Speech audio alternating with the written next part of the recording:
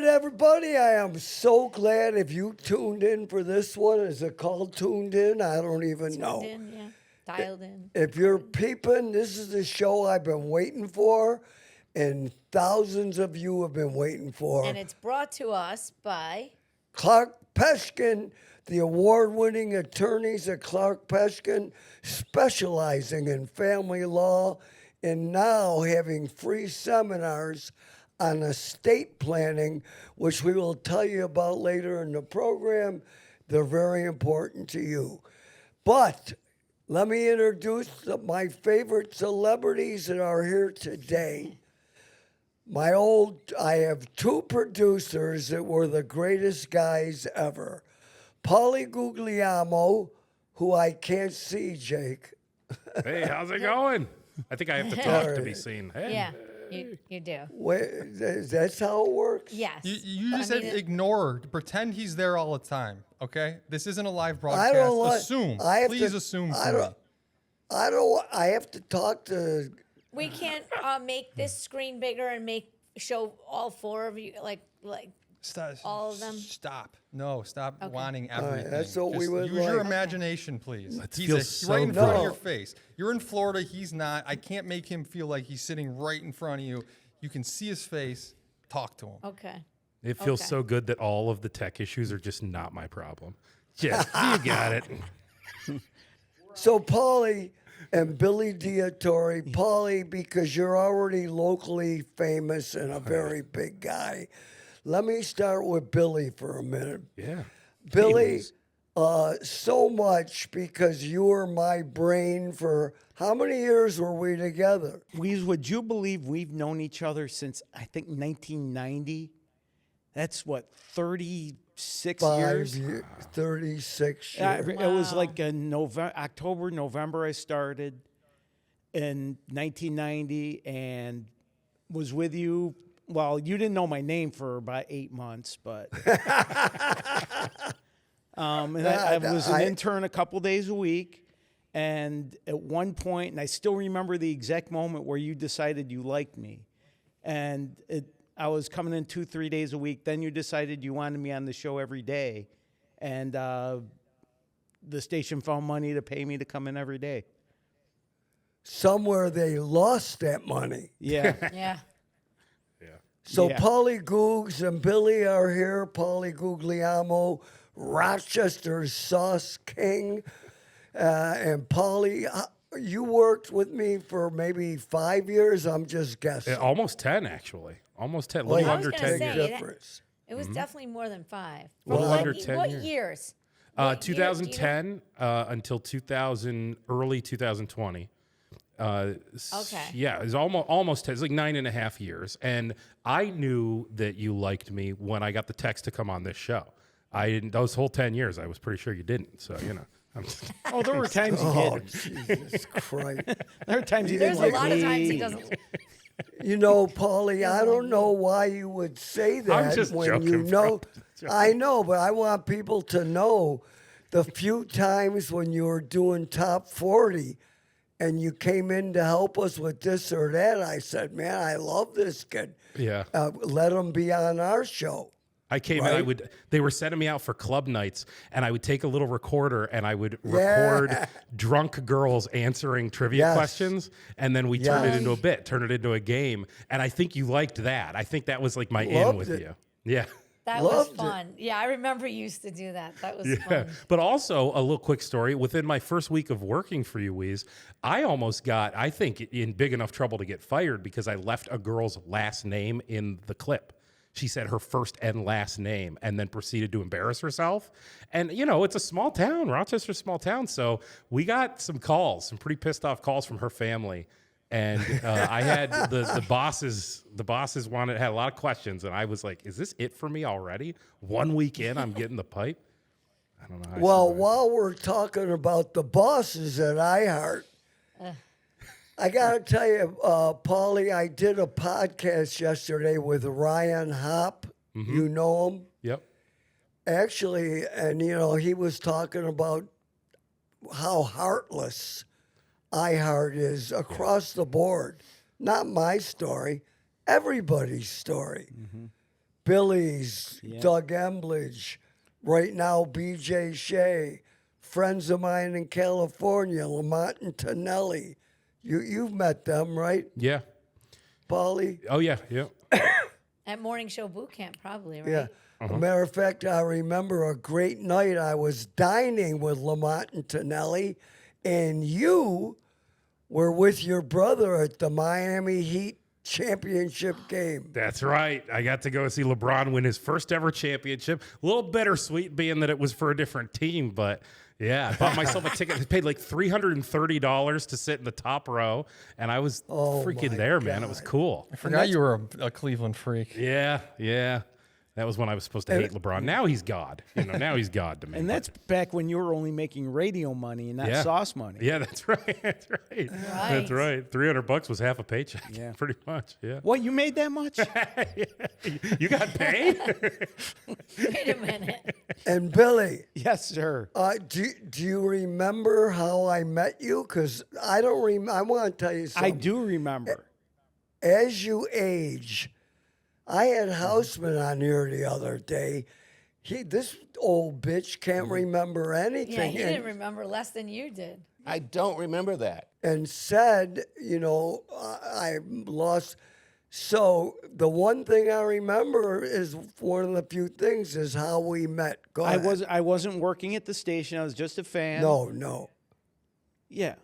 This is how I Do you remember. remember? I don't Yeah. think you do. I do. Yeah, I was at the comedy club. I was seeing a Yes. show. You were the MC. And at one point, Howard Stern had the TV show on, like WOR 9 at the time. And he was selling these CD box sets. And I bought one. And they sent me two. So I gave one to you because I thought you'd be interested in like a radio guy thing. And I didn't know you at the time, but I was a fan. And I gave you the Howard Stern, Crucified by the FCC was the name of the CD box set. And I gave you one at Hiccups or Yuck Yucks or Schmiggles Yuck or whatever. Yucks in the Yeah. basement, Billy. Yeah, Scorgies, yeah. Were you mad when he gave you that book? No, Because- they weren't No. enemies at the time. Howard wasn't on in Rochester. It was just a Wasn't radio even thing. on. Oh, it was that long ago? Okay. Yeah. And so, Billy, then how did we become friends? Okay, my origin story. I was a big fan. I used to listen to you every morning where I worked. I worked at a place called Staub's Textiles. It was a uniform rental place where they rent uniforms for like Wendy's and Wegmans and places like that. And I worked by myself in like a stock room and had you on every morning. And one day you said, "We need interns. If you want an intern, call Courtney." So I called Courtney and said, "Come on in." And the day I showed up, I just happened to show up. We were on Monroe Avenue, and there used to be a buzzer, a door in the back. You push a buzzer, Roger Yeah. let you in. You come and answer the door and let you in. And I happened to show up almost the same moment you did. And you go, "Who are you, bruh?" "I'm the new intern." "All right." And you let me in. "Courtney, your intern's scaring me." So wait, that was back in the day when an intern didn't need to be in college at the Right. time? No. Yep. You No. could just be anybody. I could be anybody. And just like, 30 years later, Wease was just letting anybody into the building. So Right. Come on up. So, I can't believe we Pauly, didn't all get shot one day. I really can't believe it. well, there was that lady that I had to wrestle. You remember that, Wease? oh, that's a great story that I forgot until now. I don't remember her name. I knew her name forever, and I don't remember it now. I think. Pauly, can you? Yeah. Were you there? Yes. She was. We were talking about Merkins. I think she might have emailed that Yes. about Merkins, and then a vagina wig, by the way, for any of the virgins. out Yes. there. Yes. And then she wrote a letter also saying how much of a douchebag I was. You remember that? She didn't like me, and you loved her. You loved her for that. So she got the invite up, and I think she ended up going nuts on the air and trying to take over the board. Not until after. No. Oh, after the air, That was okay. after the air. Yeah. Because after Wait, the wait. show, I'm sorry. Yeah. Well, I got it. So she was in the phone room, and when the show was over, she came in. Billy was with us. Yeah, she was on the air with us. Whoever her female sidekick at the day had off, whether Marianne or Deanne, I forget, but Yeah. Wait you a had minute, her she come was in. on the, She was on the air all morning, and she was okay. You know, they're all not all Doreen, but she was Aw. okay. And she hung around after because she wanted to talk to you, and that was during the days when Pauly would go and do stuff after the show, and I did editing in our main studio for Best of and whatever. It was before other shows wound up being in there. So I was in the studio doing my editing and hanging out with her, and you said, I'll be right back. She wanted to talk to you about something. And so you come back into the room, and she starts sort of rambling about priests and kids and how this needs to be brought out into the public. And she started like going really nuts. And she started she wanting went to, nuts. Yeah, she wanted to go on the board. She wanted to put everything up on the board, which at the time she couldn't. I had it locked up, so she couldn't. But she was trying to control the board, and she wanted to go on the mic and started yelling. And I wound up putting her in like a full Nelson or something. And my security God. was called, and police were called. And Wait, so what's going on with priests and kids? I'm just kidding. oh, you missed that. The weirdest thing was she got violent, and then Lonsbury I was came gonna in. say, wasn't Lonsbury involved somehow? Yeah, He he's came trying in, to calmly but- talk to her. It was only Billy that could fight her, and Billy did. Well, And because then I'm the watching cops- professional wrestling. My tag team partner was in there. Which I will get to in a minute because you're both wrestling fans. But then they had her down. We had to go down and give statements to the police, right, Billy? Yes, we did. And if you remember, And- okay.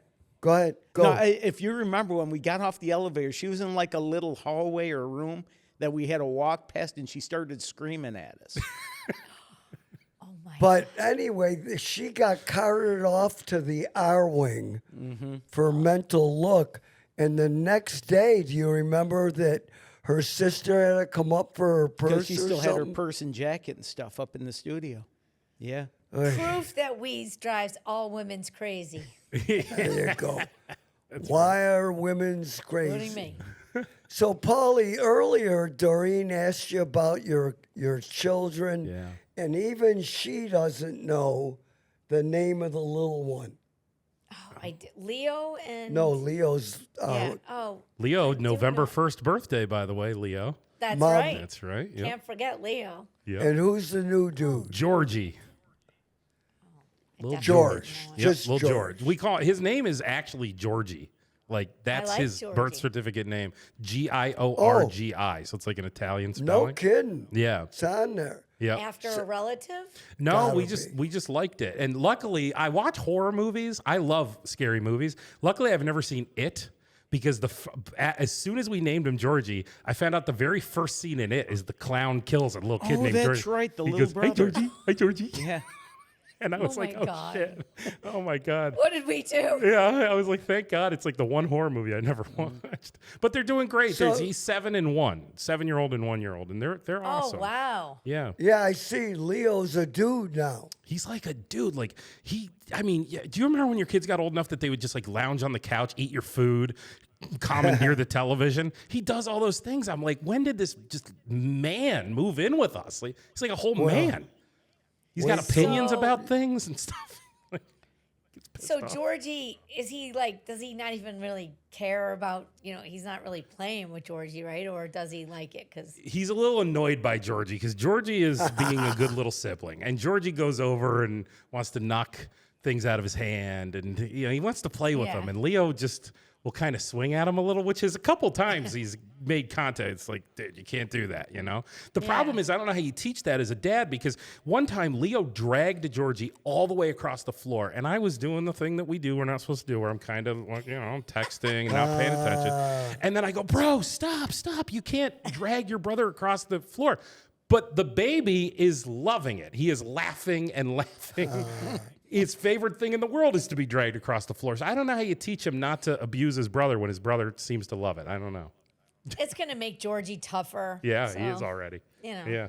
So here's the deal, kids. It's Pauly Guglielmo with my man Billy DeTore. So many questions. But being that we're on the podcast, Pauly, you're a business magnate. Yeah. Magnate. You were the top guy in the Rotary last year. Yeah. And Yeah, now last year. you're, what do they call it? Immediate past president. Oh. Yeah. But besides that, you started with the sauce, Yeah. and now you have, is a cannery the right word? Yeah, so it started with a weekend away.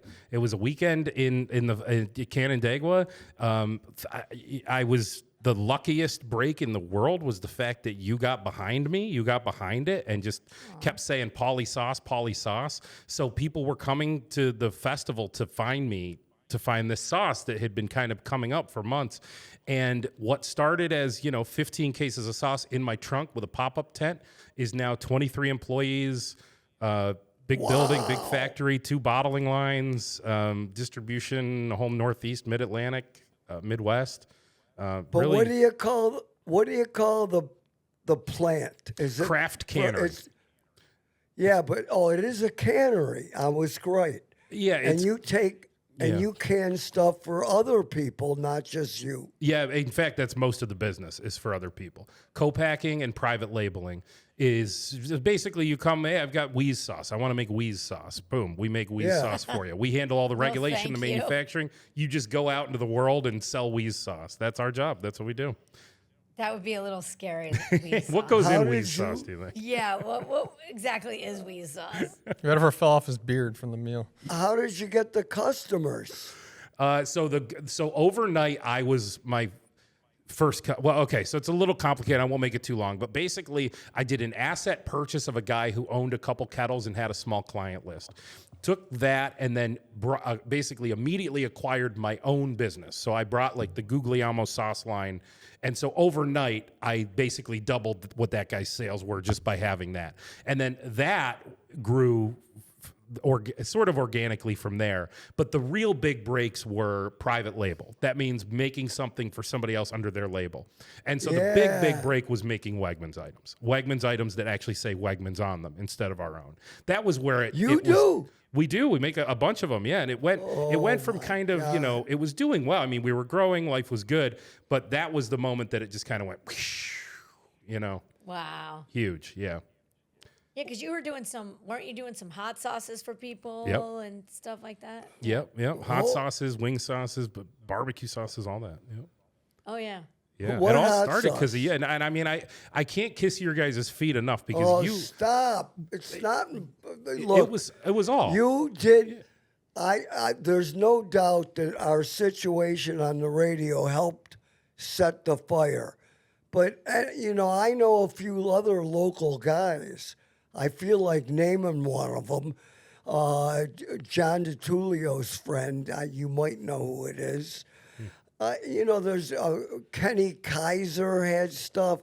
You took it and you knew how to do it It was a it's combination. and blew it. It was also the hard work. You had to put in a lot of hours. You were doing the radio and all that. Did you even get to sleep? That was thank God that happened before kids because there were years of really, really grinding and hustling for sure. And if you remember, he was also bartending and being a monster on the haunted hayride. Yeah. Oh, yeah.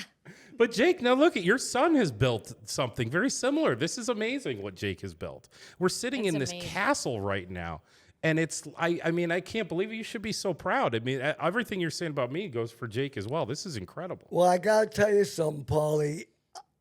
All the time on the radio, he wouldn't let me, he never asked me to mention it. And now I haven't even mentioned it on the pod.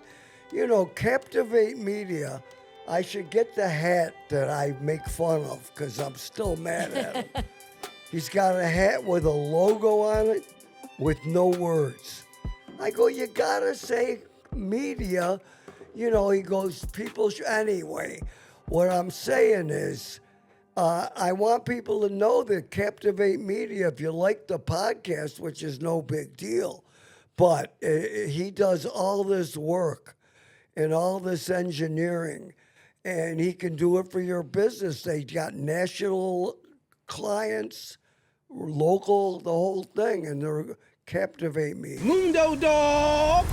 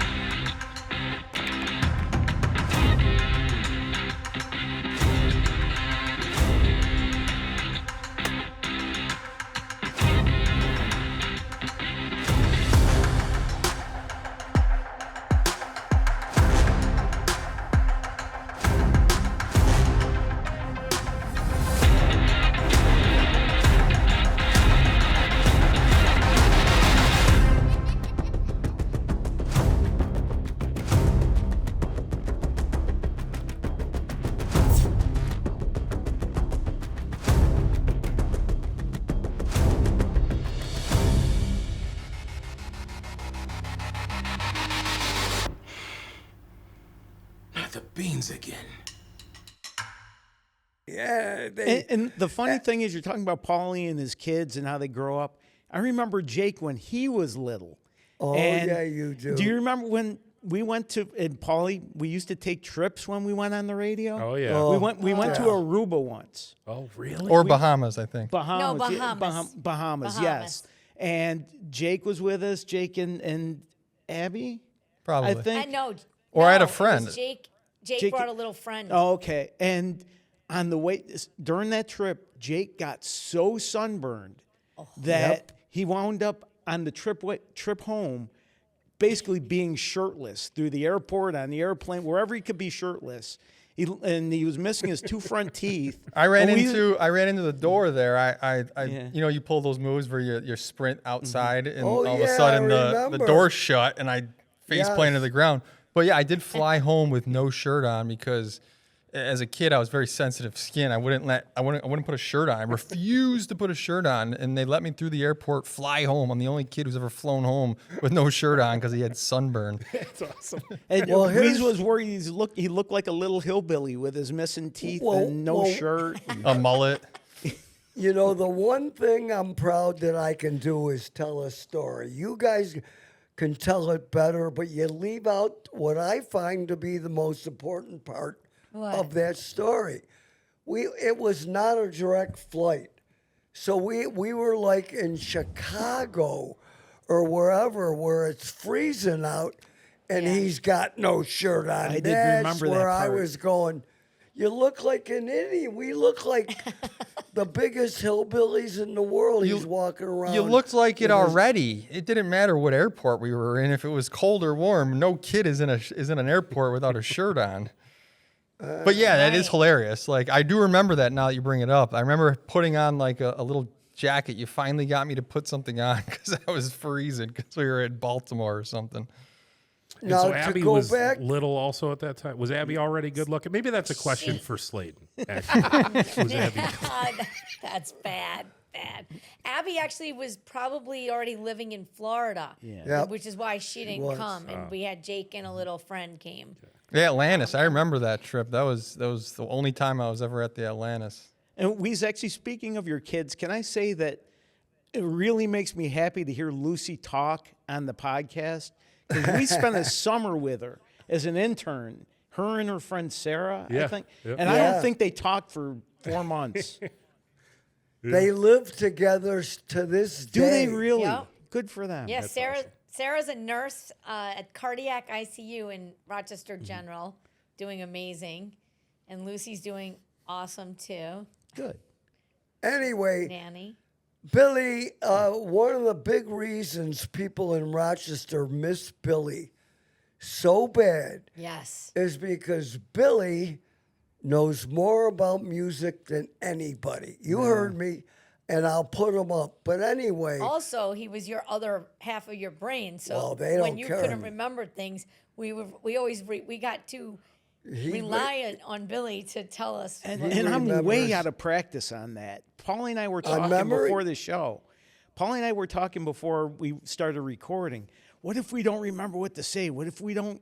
We were literally nervous about doing this because we haven't done it Look. for so long. this doesn't mean shit. We do however you be. And, you know, Paulie's a monster, but Billy, the music. Yeah. Do you know what year you and I started the music? I think I started without you. You did. And brought you in. It was back when CMF wanted you so bad they wanted to fill up any airspace they could with you. And so you wanted to do this music show. Or actually, it started one weekday afternoon. I forget who was on in the afternoon, but they were out or something. So you offered to play music, but you wanted to play your music. And so I thought offered to it- stick around. It was just like one day, but from that grew, hey, would you want to do Saturdays? And we said, yeah. And I was there to run the board and do stuff, and it grew from there to, it was, I want to say 96, 95. So how many years did we do it? We got taken off a few times. We got restarted a few times. We turned into the Brew, where they didn't want to play anything but bad music. Sort they of like learned now, from but a different decade Yeah. of bad music. Oh my God. So let me- I want to say let- off and on 20, 25 years.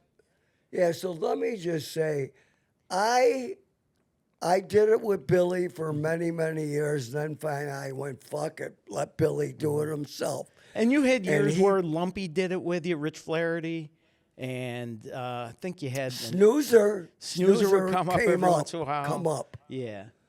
So, But I left you to the show, and you know, killed it. yeah. But I didn't mean that negatively. No, He I made it- it could go either way, but yeah. no, he blew it up. People, I always thought the music thing started because didn't you and Billy used to do on Christmas That Eve, was- like where you played Christmas fun Day. Christmas music? Christmas Day. Christmas you're right. Day. it's funny. It's funny you bring it up because I was going there.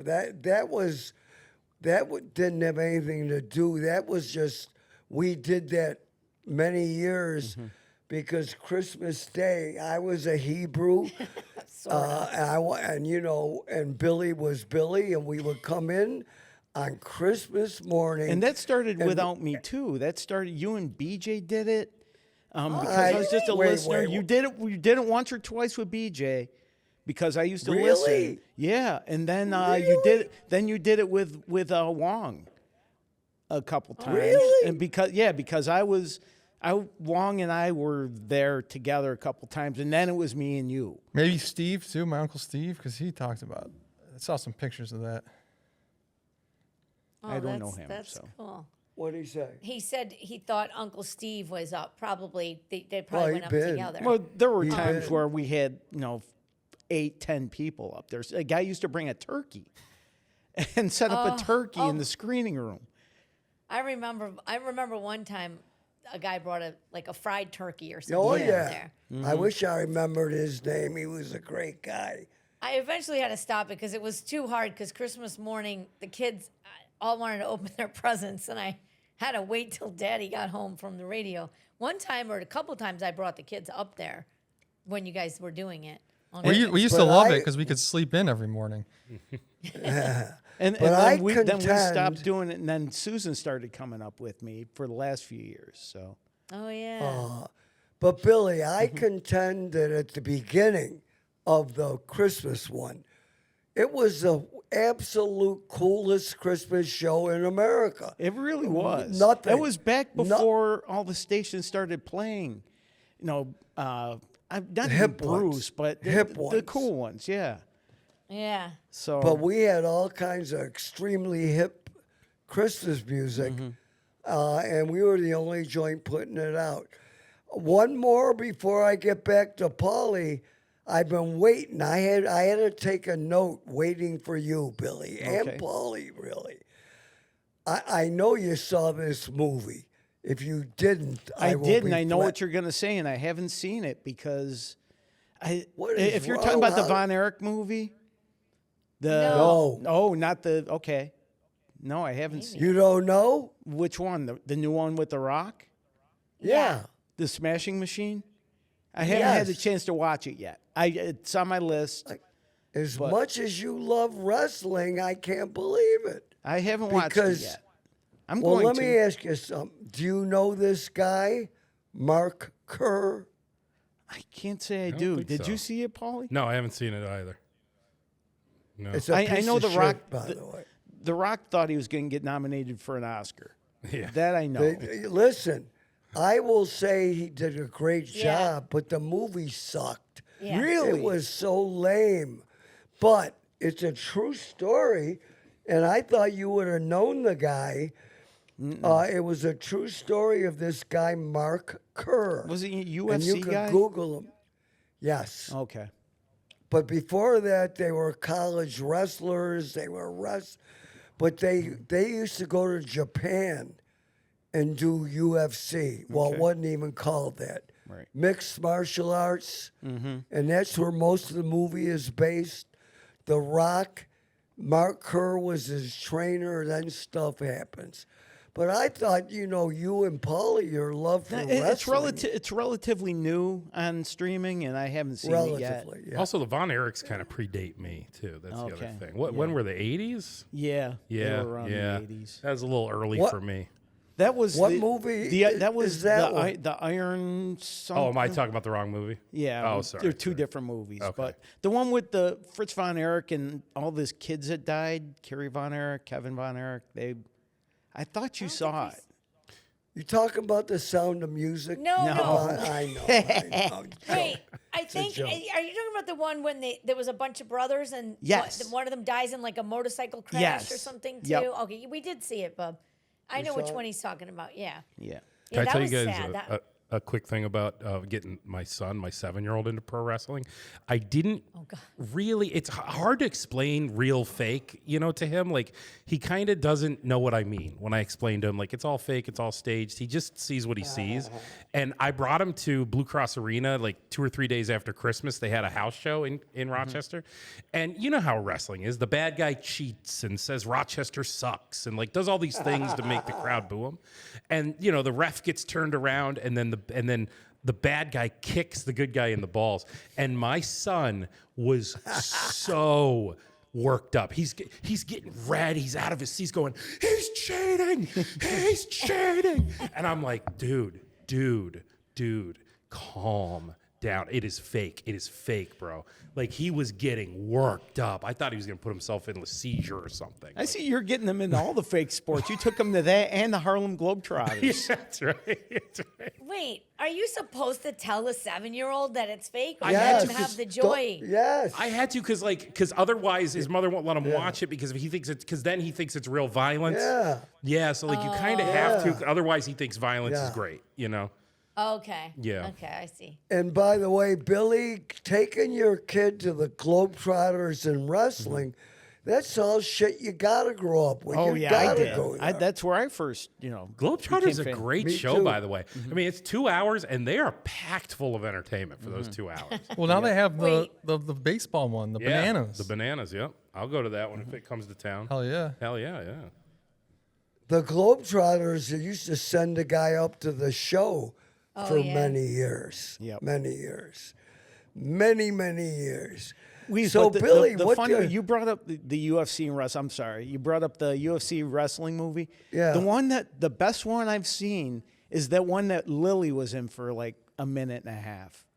Do you remember that Oh, one? that was a good Lucy movie. was in it too. The hammer. that's That was, right, the Lucy Hammer. was, yeah. Mark Hamill or the Hammer. Yeah, they changed the name in the middle. He was in the studio, if you recall, Billy. Yep. That's a good ass movie. I don't And- remember. and- yeah, it was the Hammer. So it's probably on streaming somewhere. Amazon. That's the movie with RIT, correct? Yep. Yeah. Yep. Yep. when he finally got to RIT, that scene in the movie as he's walking in for the first time and sees the deaf people, I cried Yep. Yeah. That was a with good joy. movie. It was a good movie. Yeah, That- Lucy was on the playground scene. Yep. Like she was, and Lily, I remember. and the Lily son- was a school teacher. Yep. Yeah. And the thing is, I meant to bring this up. During the COVID, Black Lives Matter protests and all that, Lily got back in touch with me. She saw me on Twitter. And I heard you mention on one of your early podcasts that you're not you don't like her. She feels really bad about that. She realizes that she was not a good person back then. So Really? let me pass along an apology from her. I haven't talked to her in like 5 years now, but What is she doing? last I knew, she was a baker in a bakery. Yeah, she had a show on satellite about bacon, but that didn't last either. But let me she got in just- touch with me, and she realizes she wasn't the person that she should have It's been. then, so- amazing to me that she realized because she did a few things. One, she mistreated Murph. Oh, Who's sweeter than Murph, Billy? Murph is Come the on. best. I still talk to him a lot, and he just had So some, do we. He just had some medical issues Oh, no. around Christmas time. He's doing good Yeah. now, but he was in the hospital for about a week, and Susan and I brought him food every day. And oh, that's so sweet. Yeah, we knew, but because we didn't know till after the fact. But he sent us a package with all this Christmas stuff long after Christmas, and he said it was because he was in the hospital. But she used to shit on him. Mm-hmm. She crapped on that hot intern broad we had. that was I don't know if you I don't remember. remember her. She fooled around with that one dude that worked there. Remember? She fooled around with. We won't say names. There was though. a married guy that was hitting. Anyway, There was a friend of but mine too. she was mean Yeah. to so many people, and I think it was because when she was on Opie and Anthony, they were mean to interns, and she thought that's how you're supposed to do it. But anyway, so she she liked a was. tweet of mine and direct messaged me, and just to see how I was doing and stuff. And we wound up chatting via direct message. And Was this before or after the episode where he mentioned it? after. So she had heard it and then like came. to Oh her- no! I'm This- sorry. No, this no. was this was way. This is like 5 years ago. Oh, 5, okay. 6 You years said ago, COVID. But Yeah. You said during Yeah, COVID. this Okay. was this was like 5 or 6 years ago that she reached out. Since then, my Twitter's been deactivated. I got banned for some reason. Me too. What'd you do, Did you Billy? really? I don't know. I don't know. I think it got hacked because I had to change my password. And when I did, they barred me. So, Yeah. and I don't care that much. So, I haven't got off fought. there for Billy- good. It just started Yeah. posting crypto stuff, and I Yeah. was like, "All right, I'm hacked, I guess." And then I just Yeah. didn't care to go back. Yeah. So my became- Twitter's Pauly, gone. Yeah.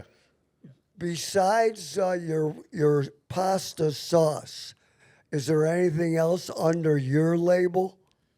You mean it's called Guglielmo's? For Guglielmo's, Yeah. it's just the sauces, but we own a couple Okay, other so- brands. We own a salsa called Salsa Cuse that's in like in the Syracuse area. Another brand called Slow, just SLOW, which is like slow cooked sauces that are in some mom and pops around Rochester. Those are the only ones we own. Other than that, we make stuff for other people. Are you picky about your brands?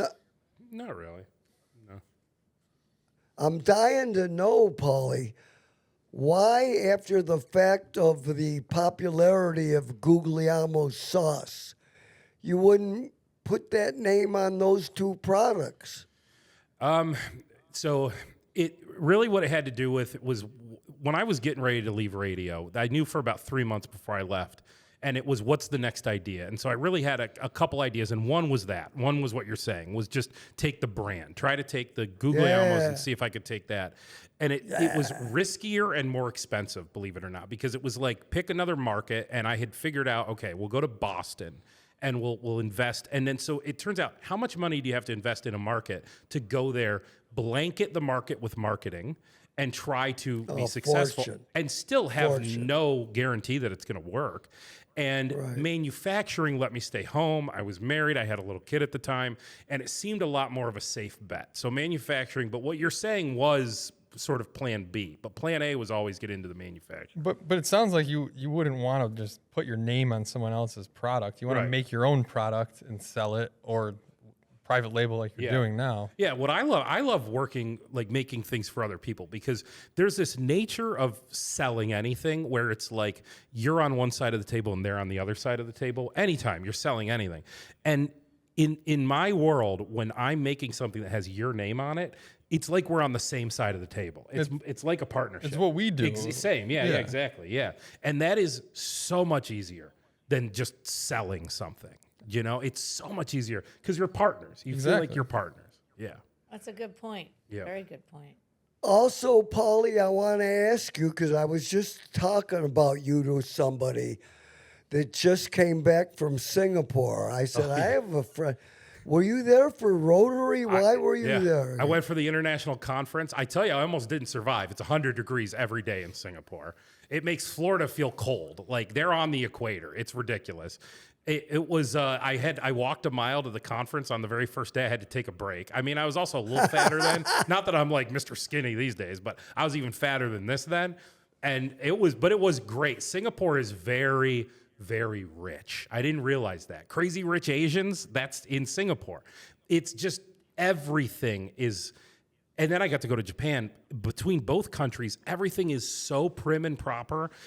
You know how much shit in America is just broken. Like an escalator, for example, will just be out of order for months in America. And in Japan, in Asia, they pride themselves on everything is perfect. If an escalator went out of service, they would just be on it, fixing it within hours, because they would be embarrassed by that, you know? And experiencing that and being in that was great. And also food was cheap. I had Wagyu steak for $8 a portion in Japan. What? Yeah. $8? You know what? It's like 100 here. Yes, yeah. I'm not kidding. Yeah. The one thing they do that freaks me out a little bit is because they're so proud of their like meat standards, is they will serve chicken, like medium rare chicken. And I was like, no, I'm not. Yeah, I me can't go neither. there. No. Wow. I'm pretty proud of being able to eat anything, but I was not about to try salmonella. medium. Like it's They claim poison. salmonellas because of they have, I don't know. I read about it a little bit and I wasn't about to try it. So I can't tell you what it's like because I said no. No, thank you. Because I said no. No, I'm not doing that. You know, for people listening or watching, you know, we eat our steaks rare, but not chicken. Chicken, for some reason, you don't want to fuck with, right? No, you don't want to fuck with it. We also eat raw beef. Like you can eat things raw beef. You don't mess with chicken. That needs to be fully cooked, or else you get sick. Yeah. Yeah, but then you do what my wife does is you just cook it double as much as you're supposed to. You know, you ever have No. Chicken is a science. It's the hardest thing to cook because as soon as you overcook it, it gets dry and gross. Yeah, and this is not an official. I'm talking not in my capacity as a manager of a food establishment now, but when they say 165, that's instant. If you go to 165, it's instantly ready to eat. But you can go to like 155 for 2 minutes, 150 for like 6 minutes, and you can get a really good, delicious chicken. And there is a too low though. I think 145 might be too low, somewhere in there. But there is. You can look it up. Google like USDA chicken cooking. I just go by the touch of it on the grill. Well, that's good. My wife goes till it's dead again. She burns it to a char. She's so afraid of raw chicken. Same with Bianca. Billy, does Susan cook good? Oh, Susan's a great cook. Yeah. So What's the specialty? she does a funny chicken enchiladas are great. She makes great chili and stuff, but she's really actually my favorite. Her fried chicken is the best. I love her fried chicken. I don't know what she does, but Mine's fantastic. Popeyes. Come on. No, Popeyes is good. chicken out. Come on. Oh yeah, Popeyes is Chicken good, Out but is amazing. Susan makes great fried chicken. By the way, I might be under an NDA and I can't say too much, but Chicken Out sauces will be out soon. Dude, they're I freak out over their sauces. They were bottling them when they first came out, and I would buy them like until they went bad. But their awesome sauce, man, is the name is in it. Coming soon. So it's Chicken Out catered Jake's wedding. No, I mean the After party. What do you call it, The Jake? after wedding, the day, Day after after. party. Yeah. Am I right or wrong? Yeah, the Yes. Darty.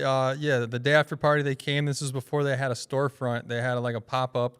They came and they'd serve chicken to everyone at the party for a couple hours. But so do they have a restaurant in Rochester or not? yes, they opened up Yes. brick and mortar around the corner from here. It's right near Red. What's that street there? Northrop maybe. Yeah, somewhere around there. They got a nice spot. You can order for pickup, or you can just go in there and get it. And apparently sauces sometime because they're the best too. It's on DoorDash too. Hell yeah. All this talk about bad wives cooking, except Billy, he talked about his wife doing good. Might be a good time to talk about our sponsor. And Billy and Pauly, you guys both own homes. So if you don't already have this, sign up for the free workshops Clark Peshkin has every other Wednesday at noon and 4. They will explain and help you create a plan, an estate plan. People get confused and think estate plans are only for people who have a lot of money, trust. They think of trust fund babies. It's literally if you own a house, and in your case, Pauly, you own a lot more. And it is, they will explain everything and help create a plan for you, and it's free to sign up at WeaseFamilyCircus.com. Sign up there. There might be a QR code on the screen you can use. And the deal is, people all think a will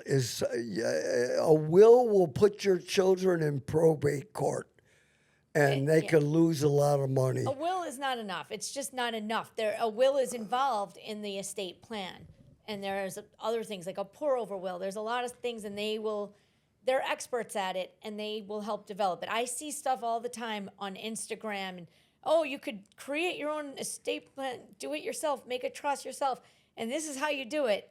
Don't do it that way. Go to Clark Peshkin, they're experts. Go to the free seminar at least and find out, get yourself educated. And now we can go back to trashing our wives. Pauly, I'm leaving everything to my cats. She's right. I'm sorry. That's bad. And I'm they sorry. can do that, Billy. They can do that, Billy. They can. They don't. They Stop. can leave Stop. everything to your cat. No, they literally said if they can do that, you can have someone who is the caregiver for your cat. Well, we and have- you give them your money and. I don't, you guys probably don't read the New York papers, but that did just happen, Billy. Did What? it? Some multi-zillionaire woman who Oh died, yeah. true story, left the money to the cat. I won't have anything to leave. I worked in radio too long. Speaking of cats, though, you saw Tom Brady cloned his dog, right? Oh man. No. Cloned his dog. So I telling you, I don't get it. I don't- Why anybody would do it. It's because you have too much money. You don't know what else to do with What do it. you I mean? don't know. You know why? I mean, you don't. But during, if Stevie was about to die and you could get another Stevie, you wouldn't do it. No. She was I'll ready get to a- give her I- away a couple days ago.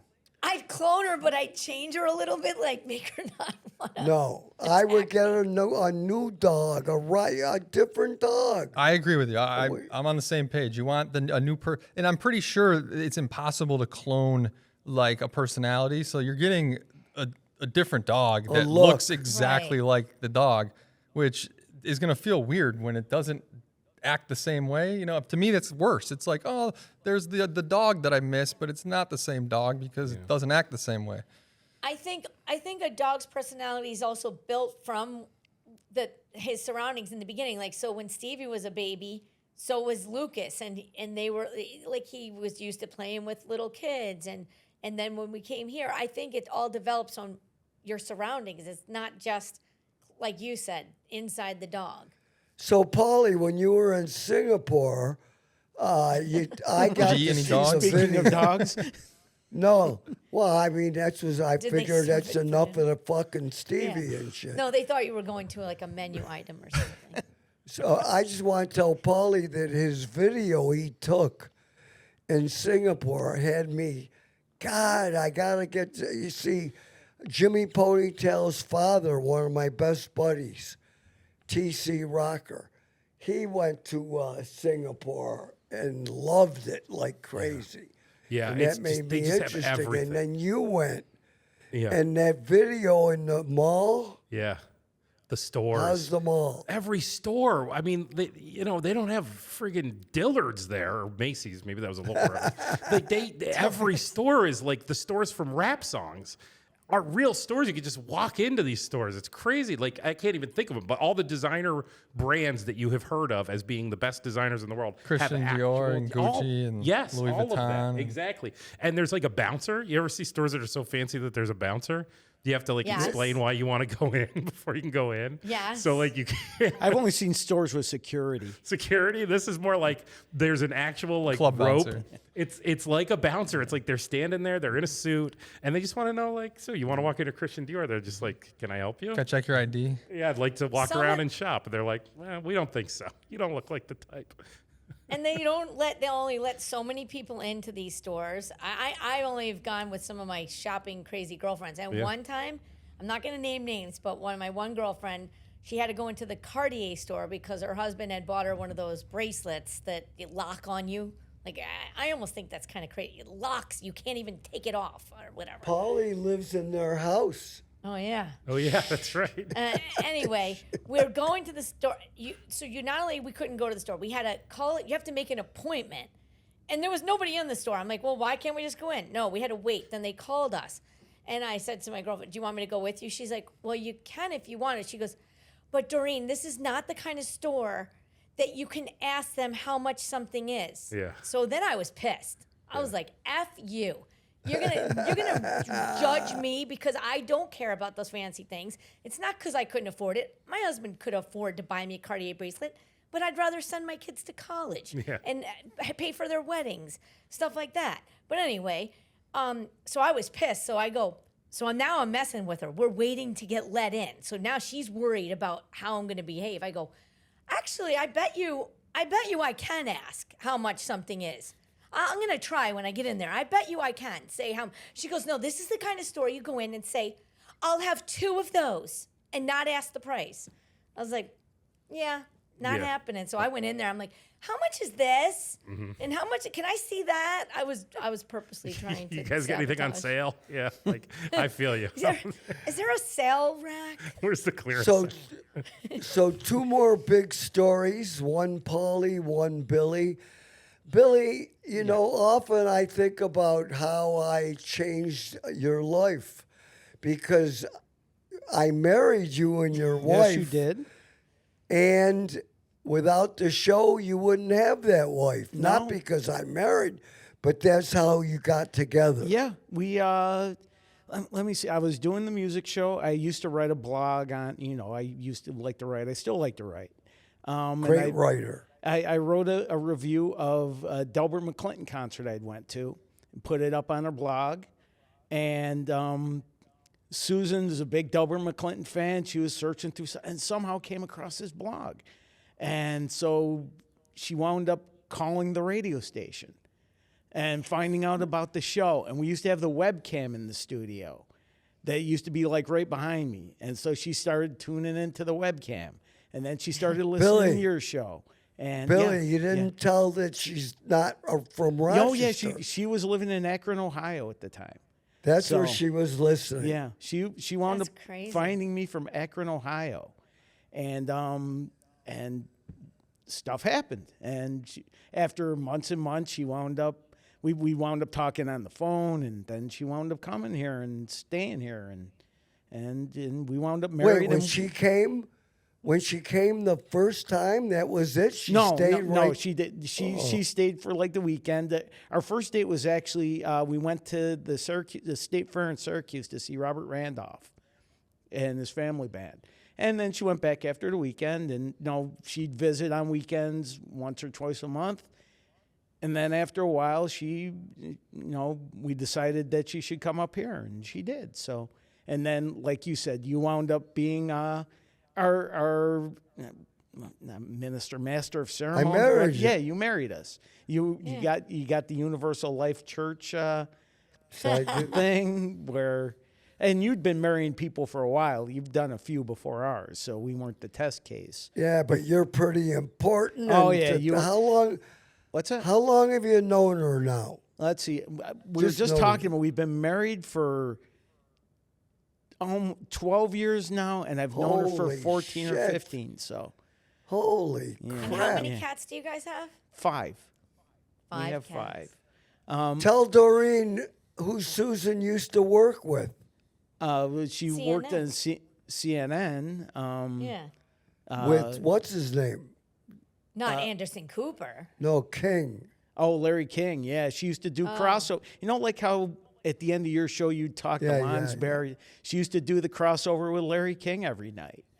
And there, if you search online, you can see the crossover between her and where Bill Cosby is being creepy towards her. That's like the one clip you can find online is Bill Cosby. Oh, being I gotta creepy. see that. Yeah. I never saw that. Yeah. I'll put it in this. You see, I'm not as dumb as you look. You see something? Take a look at this. Come on, take a look at this. Look at it. Look at it. Now, will you look at that? Why is it that men will not flush when they're finished? Hello, I'm Lyndon Souls at CNN Center. Coming up. Souls and Susan Rook are going to co-anchor the World News. Bill, you want to throw it to Susan from under there? Just look in there. Throw it to Susan, Bill. No, not that sandwich. I'm sorry. I can't eat it either, else my agent will kill me. Okay. Susan. Goodbye. Hey, ladies and gentlemen, here's Susan with my half smoke. Go.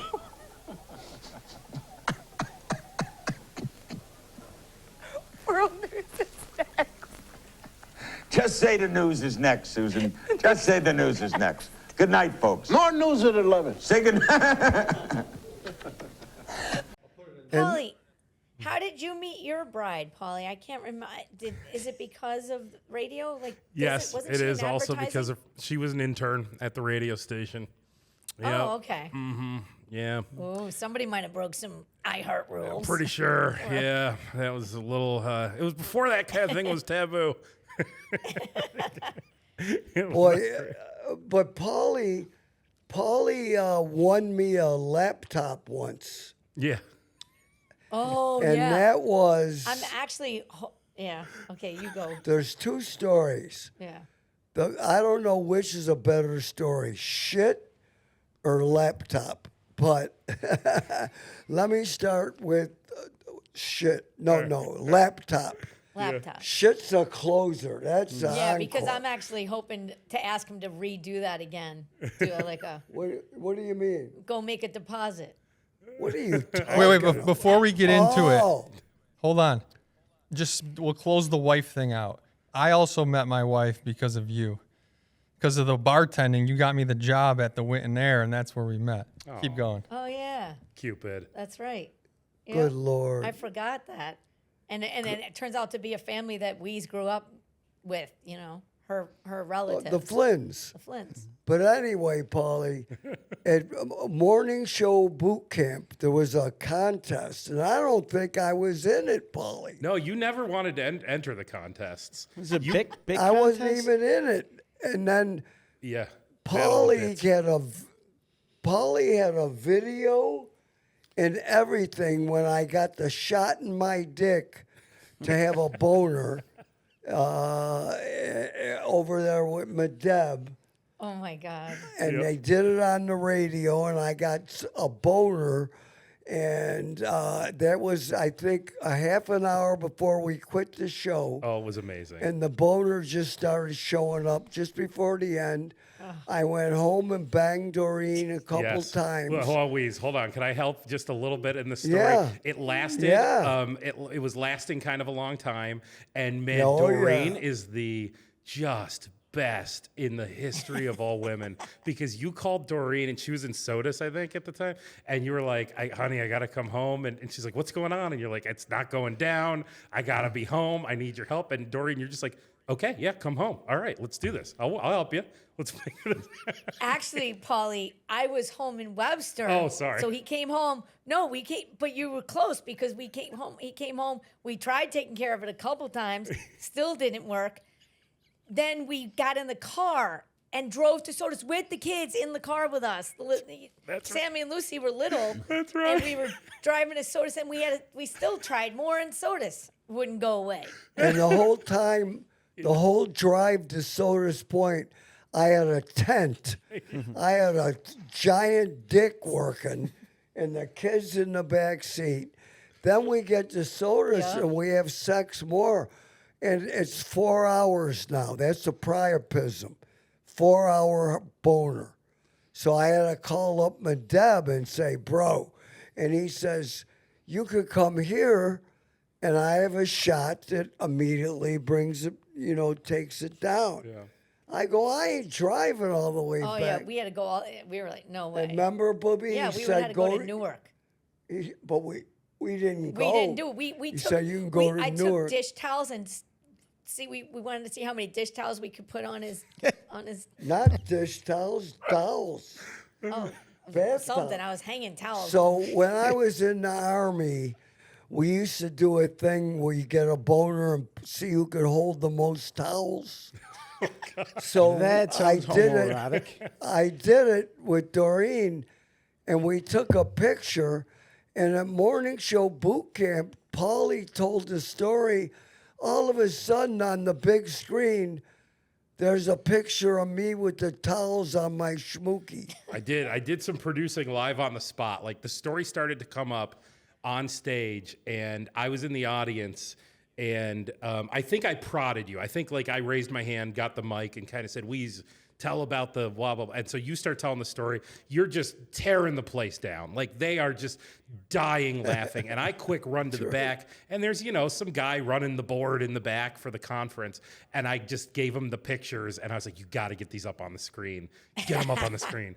Get him up on the screen, and like he finally got him up on the screen, and it brought the house down. Like your storytelling, and then the visual pops up on a giant movie theater screen in the conference was amazing. I never knew that you didn't have that pre-planned. Me too. Yeah, I ran back there. That was phenomenal because then, as soon as the set was over, they went, the contest is over. Yeah. Wease wins a laptop, which I didn't An need. iPad. And I wasn't even, we weren't even going to be in it. You weren't even going to be in it. They called it off. Like there's like 9 of you up there. The other 7 people are like, we can't beat that. And then you start arguing. You're like, but the guys you remember Don't We for a We, the guys who actually like killed somebody? You're like, Yes. the We guys are here. They got to win. They killed somebody. Oh, wait a minute. Wait. Pauly, are those the guys that got fired? Yeah. They did a contest. They were giving away a Nintendo Wii. I remember. They made you drink water, and then you had to be the last one to pee. And somebody, I'm pretty sure, It was passed national away. news. Yeah, I remember that. Yeah, a woman died. Yeah, I think it was a woman. Yeah. She died. And you're like, they So- deserve it more than me. Yeah, so what happened was they were in you're bringing back my memory, but they were in like the last row. Right. And I said, well, I'm shit. There's 2 guys back there that, don't even have a job. And they did an unbelievable bit. And we called them down, and they got at least to have a set. Yeah. And they might have got a job. I don't know. I don't know if you come back from killing somebody. That's tough. Yeah, that's a kinda tough hard. one to recover from. I think you end up working at Popeyes for that one. That was Well, great. wait a That was minute. great Wait a story. minute. I remember. I'm remembering that bit. Yeah. I mean, this is a douchebag radio bit, but management should have said, "Wait, that's dangerous." They're in charge, Yeah. and they shouldn't have let the. I don't think people thought that was I don't think it was as aware. Now, I think because of that incident, people are more self-aware of stuff like that. And Billy, didn't we do a bit something like that? we stole it basically. It was after that, but I think before we did. We Yes. did one just like Yeah, it. we did. They drank Coke. I'm pretty sure I won it and in they- the yeah. elevator one Yeah. day. Okay. We did. Maybe we we're just at got the lucky. I elevator. forget what we were giving away. It's Rolling Stones Let tickets. me- For some reason, oh, I do something remember good. that. Yeah. Something good. Kidney stones Billy, for were you Rolling with- Stones. Yeah. It's good. Pauly, Yeah. Pauly, was the house before you, right? Oh, you mean where I was living at the time? No. No, Oh. the one we gave away. Yes, it was before him. Oh, but yes, Billy that was before That me. was CMF. I was there. I Yeah, was that back was- running the board at the station. Great yeah. story though. Oh God! Well, forget that. I want to go to the Actually, best can I story. bring up before you do that? I want to mention two things. I'm sorry. First, when BJ was on, that was a great show. I loved BJ's stories. The thing about them bringing him in because they thought you were going to die, that wasn't the nasal cancer. That was when you thought you had pancreatic cancer. Yes. Oh, And what? that was the Yes. first time Doreen saved your life. Oh, Because they were going to Yes. operate She did. on you. Oh, please don't even. I get the chills. She saved my life. I knew based on the years when he said the years, I'm like, oh, that was the pancreas thing. Yeah. My doctor in Rochester, when he heard I had a shot and I was going to have an operation in a few days on my pancreas, my doctor, my GP said, you didn't hear it from me, but if you're going to have your pancreas operated on, you don't want to do it in Rochester. So Yeah, at the time, maybe we have the best pancreas guy now, but we don't want to knock I'm it. just, Yeah. I At don't the time, know this that. was a long time ago, almost. 30 years. Anyway, we got into Johns Hopkins. That was Steve Nadapal got us Dr. in. Yo, he was the number Dr. one. Yo, I'll never forget. Doreen did everything. And I didn't have anything. There was a lot of stuff we had to go through, but I had nothing. And to think, I think everybody should pay attention to the fact that you should always get a second opinion because these motherfuckers were going to cut me open. And this guy at Johns Hopkins, supposedly the best pancreas guy Yeah, that was. in America. And he wrote a letter to everybody. Don't ever do anything invasive to this patient without checking with me first, right? Yep. And I think more than getting a second opinion, if I'm going to give the real advice based on all of my expertise over the She's years got with a Wease, lot. you want to get the person who's the expert or does it all the time. You So when can't always get that, you, though. you can try though. You can research and you want and you still may then go back to the original plan because if they say, "Oh, I would do the same thing and this is the," but you want to go because by going to this guy who only dealt with the pancreas and knew what things looked like, there was a spot. They saw something. It wasn't like they made it up. They definitely saw something and they wanted to make sure that if it was pancreatic cancer, they got it as quick as possible. But the guy who was the expert knew right away, this is not, he did not think it was cancer right from the beginning. And we just monitor it. And it was just turned out to be a Well, benign no, cyst. I had to go get a CAT scan there Multiple times. We had to go multiple back. times and go back to him in 6 months, and he says it's gone. Yeah. It was a like benign cyst. But anyway, what was the other story, Billy? The other thing I wanted to mention, me and Pauly were talking about this earlier, is that how we haven't gotten much into how management would wreck your show, to be honest with you. Not as much as I'd like because they could be problematic. And during either our first or second time we were going to do the 24-hour show, you've mentioned wanting to have Cindy on this podcast. She is. Yeah, we were going to have Cindy on the 24-hour show. I don't know if we ever told you that. At one point, Paul and I were talking about what can we do to make this show interesting, special, and who can we bring back? I said, well, what about Cindy? And told him the That's story. And so I found her in the phone book and I called her. And I'd worked with her 5-6 years, and she remembered me, and she was great, to be honest with you. She was dying to be on the show. She really wanted to she looked forward to it. For a while, she was calling me 2-3 times a day. But when Pauly and I went to management about it, they literally looked at us and go, why would you do that? Yeah, well, because we had this thing we did where we actually wanted our listeners to be happy. Remember that, Wease? You remember how nice that was? We actually thought about the consumer.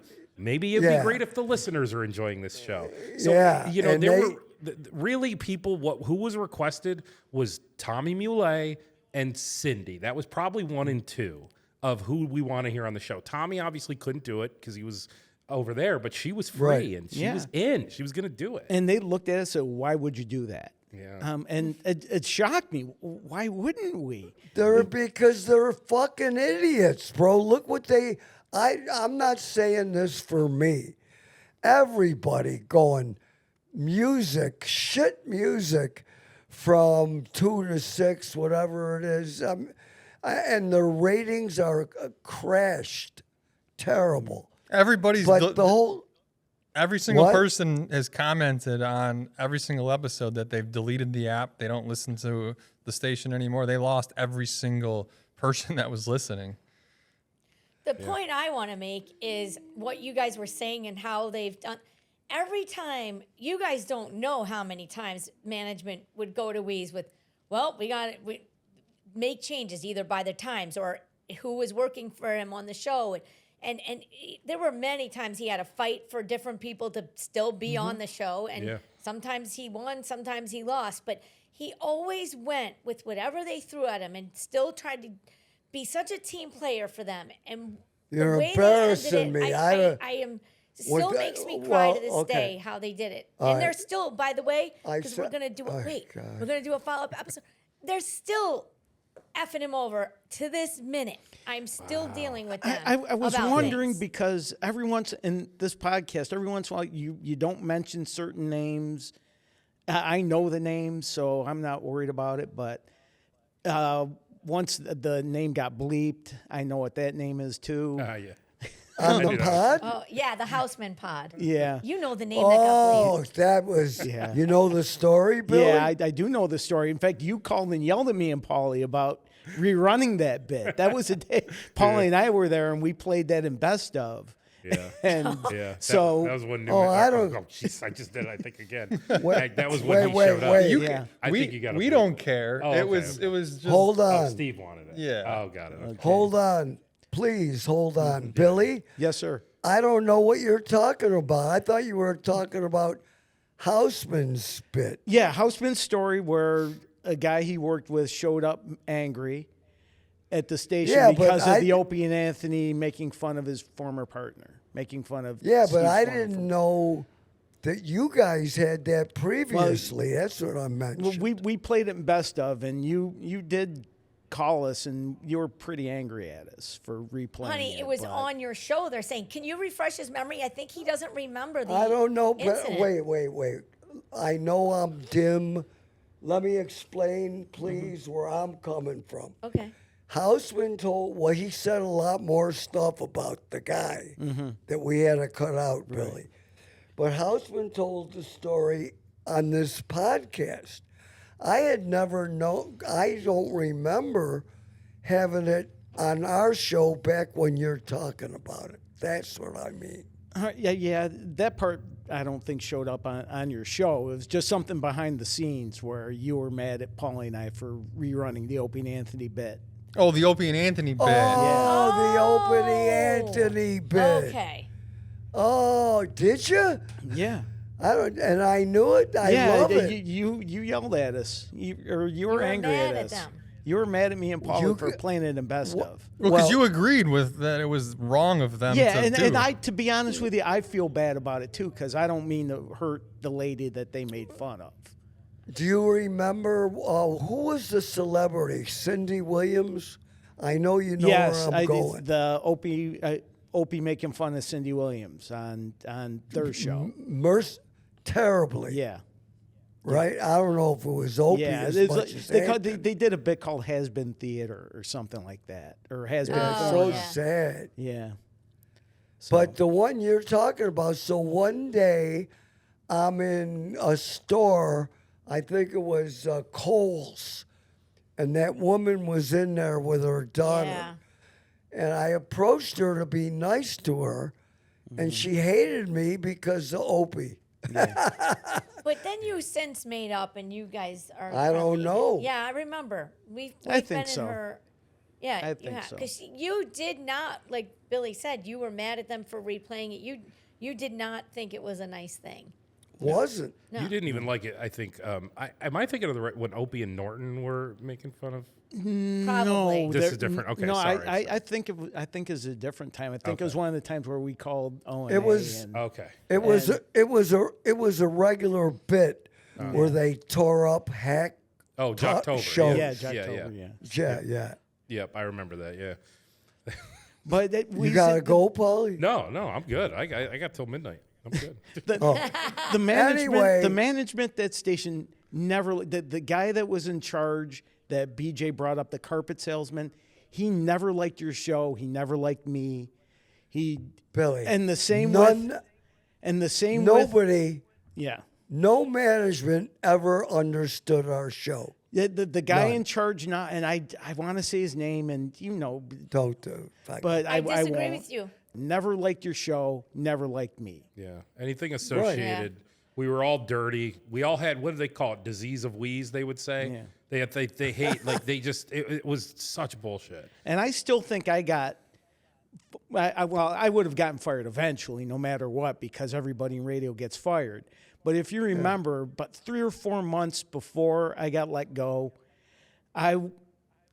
for about a year beforehand, I had worked for Kimberly and Beck for like 7-8 months after remember. the show. I had to do audio for them because they couldn't hold the producer. So as long as I was in the building, I had to pull audio for, and I was miserable. I didn't like them. They didn't like me. But because I was associated with you and the shows feuded, they legitimately feuded. It wasn't a fake, our show hates, we hated each other. But I did a good job. I did their show. I did what I was supposed to do.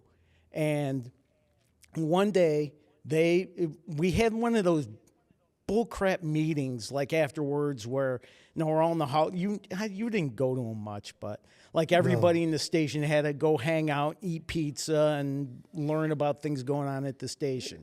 So I was behind in the stuff I was supposed to do for them. So when their show started, they started bad-mouthing me, bad-mouthing you, and I was pissed. And I just walked out. Well, I was going to go in their studio and start yelling at them because that's what, but Dale Buddha stopped me at the door and told, just go home. I'll take care of it. So I did. And the next day I wrote management a letter saying, I will not put up with their crap. I'm miserable working. I don't get paid enough. I don't, I was staying extra hours and not getting paid for them because they told me I could only put 40 hours a week on my paycheck, and I was staying way more. Oh, that. As an employer now, that has got to be illegal. And it is. It is illegal. And Susan got me to write a letter to and threaten to take that to a lawyer, and they wound up paying me a big chunk. Okay, good. They paid me a big chunk all at once to make up for that because that is illegal. And the gaslighting too, because I don't want to put words in their mouth or yours, but I bet that they were like, well, he agreed to that. That was his idea. No, He said. I got back from vacation, got a phone call from our program director telling me that starting Monday you're going to be doing this for Kimberly and Beck. All right, well, I don't want to, but I got out of it. I was so angry that I wrote him a letter, and I was going to go to HR, and they came down and said, what can we do to not make you go to HR to make things right? Money. And I said, I want to get paid for all the extra hours, and I don't want to work for their show anymore. And I got both, and then 3 months later, I was gone. Yeah. So, But let me say this, Billy. That was one of many terrible days. They let you and Doug. Was it just you and Doug? me, or were there Doug, more? Pat McMahon, who Pauly was working with at the time, J.P. Hastings, and Yeah, I remember him. and Carl Falk, who was doing the sports show that on 1280. Yep. All of that same day. Yeah. Which I probably would have Radio- got let go that day anyway, but I may have skated through that one if I wasn't a troublemaker and associated. But I with mean, you. what kills me is radio. I mean, how many years ago was that, Billy? It was 6 years ago. 6 years ago. January 2020. Radio has been dying a slow death. It's dead now. But just think, 6 years ago, they let 6 or 7 people that were important go off a show, And they kept expecting these shows they were on to do well without really good people. Yeah. And they just fucked up everything. And they're just terrible, terrible people. What they did to BJ, you heard. They've done so many terrible things to people. And you, I could give you a shit. really knew absolutely nothing about it. They didn't warn you. Nothing. Because No. after they let me go, I called you and said, "Hey, Wease, I got fired." And you go, "Get the I fuck." think you told me. Yeah, I did. And you said, "Who is this?" And I said, "It's Billy." I go, Billy who? I go, "They fired me." No, get the fuck out of here. You're fucking with me. No, I did. They let me go. And you refused to believe it. And then I didn't even believe No, it. I know. yeah. I remember how pissed you were, and you were fighting with them. I mean, and that's the thing. He fought and he tried, and every curveball they threw at him, he tried to be the team player for them, and still just But you know what? loyalty by them. But you know what kills me? People that want to hate me, and there's people that hate, No, that was Brooke. anybody in the public eye. There's sad people. But they say, you don't stick up for your... I stuck up for the ones I loved. I didn't stick up for some that I didn't like Could I when add they got the pipe. anecdote to the very end of that story? So, like, the day after that happens, this show that I had been doing with Pat is canceled, and I find myself kind of back in for 1 hour on your show running the board. And they didn't really, there's no plan. They didn't really tell you I was coming back. I didn't really know I was going back. And you said to me in my headphones, what do they got you doing now? And I was like, I'm doing Kimberly and Beck in this, I guess. I had to come in at 9. I don't know. I don't know what I'm doing. And you were like, bro, it ain't working out. I think at the time you had a bit of a revolving door of like board ops and producers kind of. And you were like, bro, would you ever come back? And it was like, my heart couldn't have been happier. You're like, would you ever come back to the Wease show? Would you ever, I know you and I know we had our moments, but bro, it was way better than it was bad. Let's do it. Like, let's get, and I was so fucking excited because I was like, yes, let's do it. And then you were like, I'll call him after the show. And you called him and they said no. They went, no, we need him on Kimberly and Beck. We need him on Kimberly and Beck. I remember. And 2 weeks later, I signed the letter of intent to start Craft Cannery. That was the straw that broke the camel's back. If they had just let me back on your show, who knows how long I would have stayed. To your point, I'm sure by now I'd be fired. Yeah. But at least at that time I would have come back. By now, everybody's by now, fired. Yeah. I by remember now. when he was fighting with them for you too. I remember, and so I have a story we could bring up. So Pauly Oh no. in Sodus, like, did Oh. you hate me for a little bit? Are you talking about the boat incident? Oh, the boat. Oh, the phone. I think I Brooksy forgot. did. no, that's Brooksy. Yeah, that- no, I was Brooksy, drunk no, enough. I I thought it was know. great. I was drunk. I was traumatized for a long time, and it's definitely gave me an awakening. And I try to school other people about the dangers because it was very scary to me. And I do still to this day blame Jamie Lissow because he was the one. Yeah. Come on, do it. You can hear him on the video saying like, just do it, just press the. So the story is, yeah, go ahead. we're in Sodus and we're going on a nice, what Wease and I always like to do, drink a little wine and drive around the bay and give everybody a tour before we were going back to the house for dinner. And I remember that you, Brooksy, and Wease all had a pee, and you were standing on the back of the boat. Wait, was he still... Yeah, the three of them. Oh, His, did he go in too? Yeah. You went in? Yeah. his pants stayed on, All though. three of us.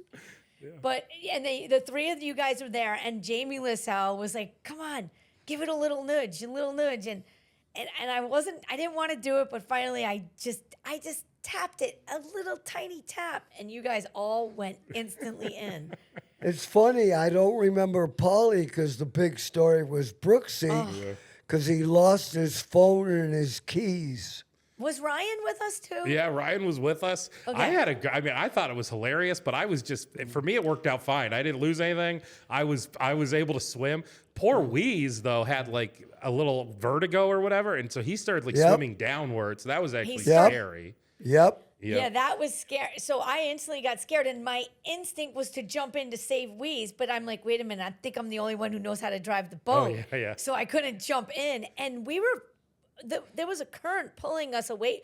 We were separating from you guys, and you guys were all separating from each other, and I was legit scared. Everyone on the boat thought it was still funny, laughing. I go, everybody, no more laughing. We need to throw them stuff because Brooksy, his pants were falling down. He lost his pants. He rode back in his boxer shorts.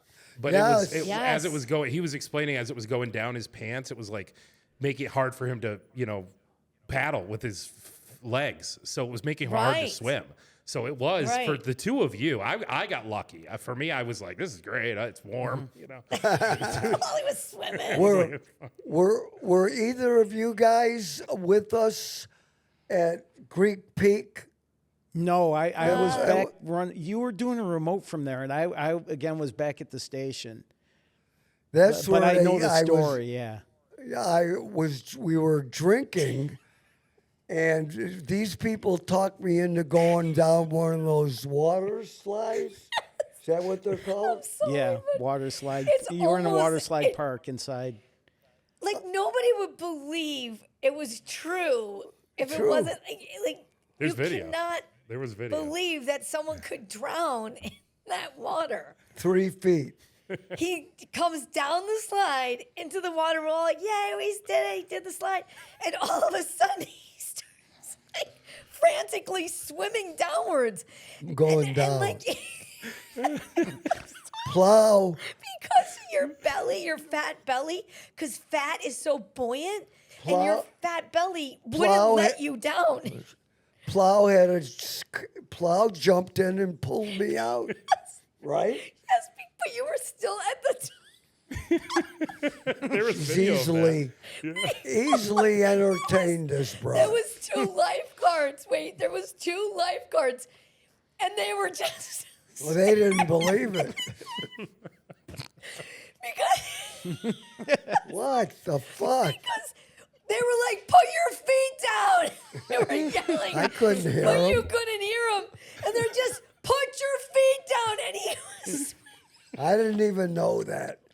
By the way, I just want you to know that my ears bled that night. Oh, they bled all night Because I long. got issues. That's why I got vertigo. But the show's too long. I will have to do another episode with the same. No, cop. you got to close You with. got to close with the Pauly story. Yeah. I'm not leaving Yeah. without that story. Right. That's the encore. Oh my God. The encore is the greatest radio story ever. And it's Pauly G coming to work what time? Before 5? It was It 3 must- a.m. I would get to work right about 3. Holy cow, Yep. Pauly. Yeah.